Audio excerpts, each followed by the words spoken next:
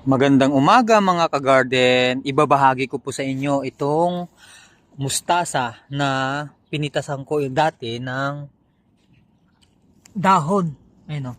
Makikita nyo po, kapag binawasan nyo po ng dahon sa pinakaibaba, lumalaki po yung kanyang mga dahon dito. Tapos, yung mga pinutol ko naman, yung talbos lang po yung kinuha ko, nagkaroon po siya ng maraming sanga. Bali dalawa yung sanga na malaki, tapos meron na naman tumutubo dito. Ayan. Kapag kinakain po kasi ng uod, tinatanggal ko. Bali, apat na sanga po yan. Dito, lahat po dito mga ka-garden na pinitasan ko, merong sanga.